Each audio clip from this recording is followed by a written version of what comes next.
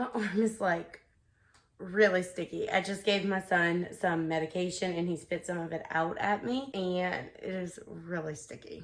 Hi everyone and welcome back to my channel. If you're new to my channel, hello. My name is Ellen. I'm a creative mom who finds effective and budget-friendly ways to run my household, and I love sharing those things here on YouTube. Today I'm going to be talking about the 4 steps of organization. Sip a little bit of tea.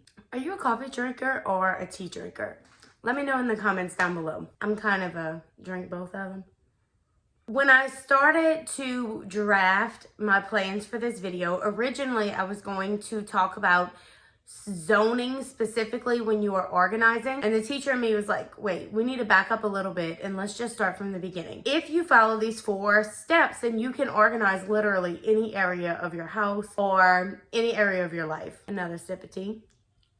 Step number 1 is to declutter. The first thing you have to do whenever you're going into a space to organize is to declutter. I know that probably is one of the most difficult steps for people. I know for me personally, it depends on what we're talking about. I recently was working on reorganizing my closet a little bit, and decluttering clothing in my closet just makes me really anxious. I've talked about this in a previous video. I'll link it down below. But it just makes me really anxious to declutter my closet and take things out of my closet because you never know when you might need it, right? But the reality is that if you don't declutter, then you have way more stuff to manage and handle, and then it's very difficult to keep those things in an organized fashion. So the first thing you really have to do before you start anything else is to look at your space and just declutter. Take out what you know you won't use, what is trash, what you would not buy again. All of these things that are just taking up space and that you're not using, get it out of there. Step number 2 when setting up an organization system is to zone. This step can, I don't know if I could say it could get overlooked, but a lot of times it's not named what it is. But basically what you do is you go through and you say, okay, let me use my closet as an example. I need a zone for my shoes. I need a zone for my folding clothes. I need a zone for my hanging pants. I need a zone for my hanging shirts. And I need a zone for my hanging dresses. That's 5 different zones that you want to set up throughout your closet. It makes no sense for you to have 2 pairs of shoes here and 2 pairs of shoes over there, and folding clothes, some of them are here, but some of them are here. When you're setting up zones, you're putting things together that make sense. Think about whenever you go into your space, what makes the most logical sense? What do you touch the most? The things that you touch the most need to have the valuable real estate in your space. So if you know that every single day you go to this particular set of clothes because you go to work every day and you typically pull clothes from this specific zone, then that zone needs to be front and center in your closet. Make sure that your zones make sense as you're coming in to get your things. It also doesn't make any sense, at least to me, to put your folded clothes down below on the floor and your shoes up high. Granted, I know that out there in closets they have shelving where you have shoes that go all the way up to the ceiling. That's fine if you have the space for it. But if you don't, to me, it makes logical sense to put my shoes on the floor because my feet are on the ground and I can easily slip my shoes into them. That may not work for everybody. Everybody has their own way of looking at things, and that's fine. It's just important that whatever zones you set up are going to work for you, because this organization system that you're trying to set up ultimately only has to work for you. It doesn't have to work for anyone else. Well, unless you have someone else living in your house. Step number 3 is to set up systems within your zones. So for example, I have a hanging bar with all of my shirts on them.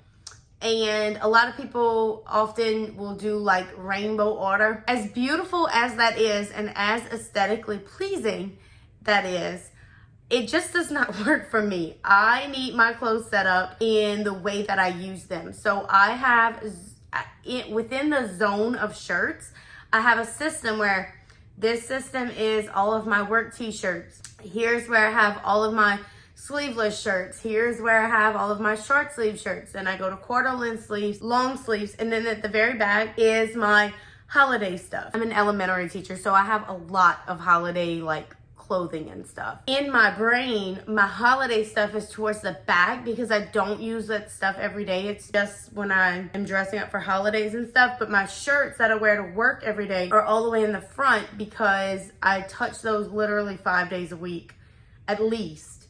And it makes the most sense to me to go up there. I also have long sleeve shirts towards the back of my closet because I live in South Louisiana and our use of long sleeve shirts is pretty limited. We don't wear them for a very long period of time.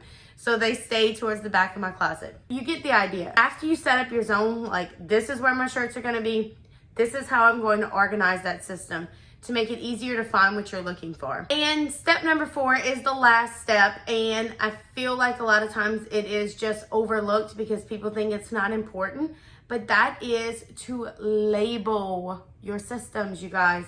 It is so important to label. A lot of times people think that labeling is not necessary, or I know where everything goes, so I'll just put it back there. Putting that label there gives your brain a visual reminder. I may be tempted to just throw this shirt in with this pair of pants because it's the only shirt I have and I'm being lazy right now and I just want to throw it in there instead of opening the other drawer. But the reality is, if it's labeled, it tells your brain, hey, you can't put it there, you have to put it where it belongs. I know for me personally, I have to play these mind games with myself because I do have a tendency to be lazy, and I do have a tendency to just be like, well, I know this goes there, I know that's my system, but I'm just not going to do it. You can set up any organization system you want, but if it's not something that you're using, then it's not going to be successful. Which this is kind of just a little bonus tip, but before you start this whole process, the most important thing is to just know yourself.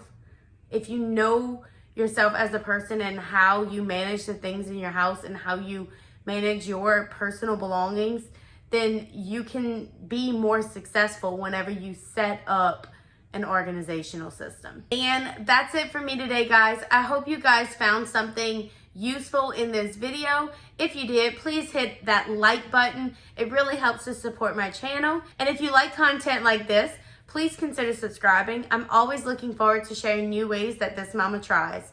I hope you guys have a great day, and I will see you all in my next video. Bye. Bye.